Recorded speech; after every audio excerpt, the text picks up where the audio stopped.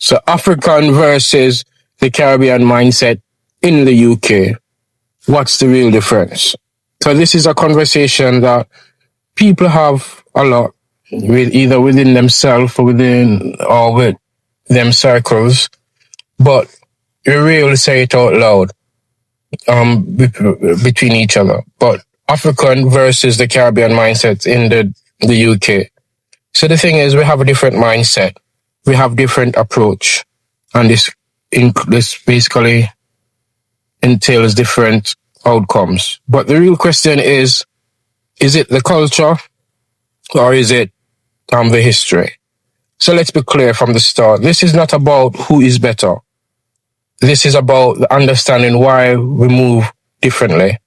Because in the UK, today's the UK, the black population is changing. And black Africans now make up around 62% of the black population in the UK. And the black Caribbean is around 26%. And that's a big shift because historically, the black population was made up with majority, if not all, from the Caribbean. And that's a big shift. And with that shift comes new dynamics. And the dynamics, though, you have to analyze the entry points to understand it. So the biggest difference start here, how we arrive in the UK.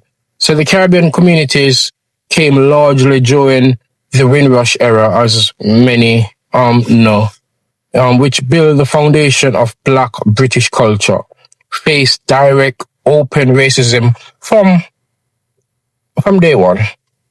The African communities, on the other hand, largely migrated from the 1980s onwards. Many came for education, work, or asylum. Enter a UK that was already shaped earlier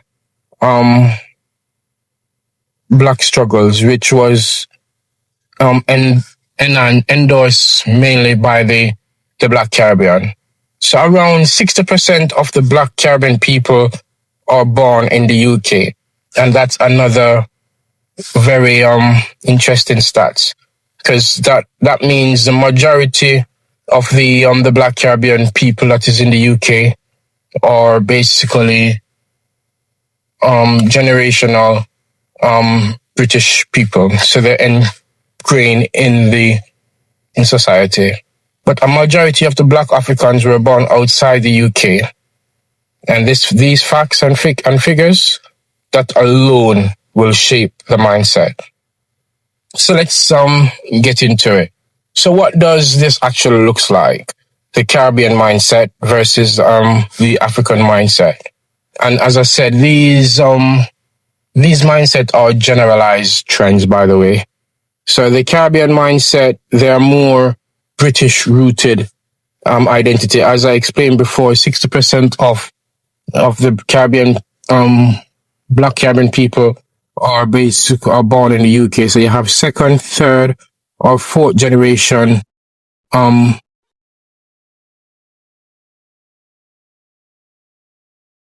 that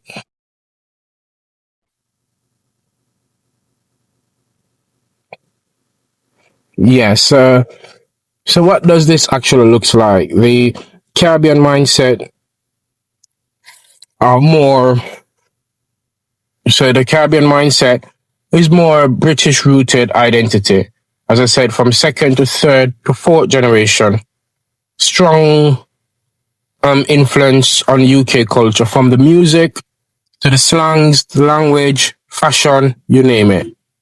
However, though, they have less tie back home in daily life. As I said, these are second to third to fourth generation. So obviously it will be diluted in terms of their roots back to their original foundation. The African mindset, on the other hand, as I said, these are generalized trends. They have stronger connection to homeland identity because they're more fresher and newer in the culture and the country. And they place more emphasis on education, family structure, cultural preservation. But here's the key, and this isn't random. It's shaped by the migration stage, as I explained before. So you can think about the family expectations, the economic starting point will all be different. But this is where the people start making the comparison though, and sometimes misunderstandings, to be honest, is that African households are more seen as more academically focused, more disciplined, more structured. But why? Because many African migrants came with a clear vision: study, work, and build. Whereas the Caribbean communities have been in the UK for longer, are more embedded in working class British systems. So it's not about values, who value education more. It's about where each group is in their journey. Who knows? Maybe the next 40, 50 years, you could be saying the same type of thing for the African, the Black Africans here in the UK. But who knows? But here's something people don't say enough though. Black British culture was heavily shaped by Caribbean people. From music, reggae dancehall, transforming to grime, UK rap, to the slang. You can think about any of the slangs that that Black people just young people uses. It's all derived from Jamaican patois. And you can think about the fashion, street culture, you can name it. But here's the thing though. Now, African influence is also rising. It's the rise of Afrobeats, the language, and fashion. So what you're seeing isn't a replacement. It's just evolution. And as the stats, as I mentioned before, where over 60% of the Black people in the UK is Black Africans. So eventually they will have a big impact on the actual culture itself, because obviously there's more of them.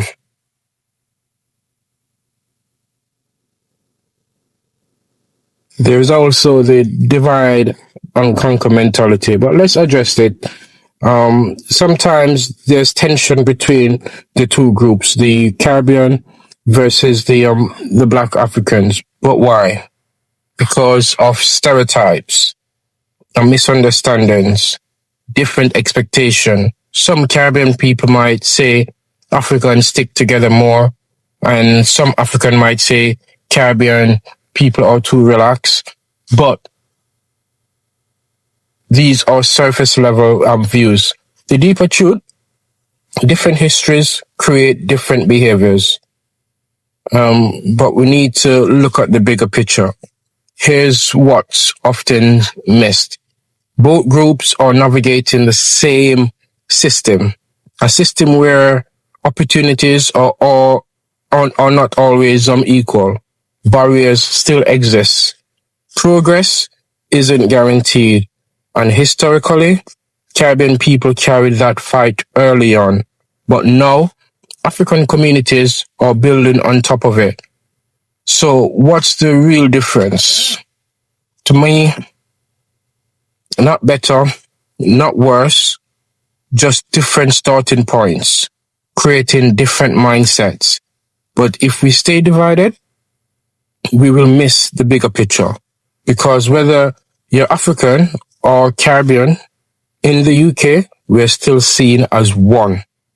What do you think, people? Is it really a mindset difference, or are we just products of different journeys? Drop your thoughts below and let's reason. Bless up.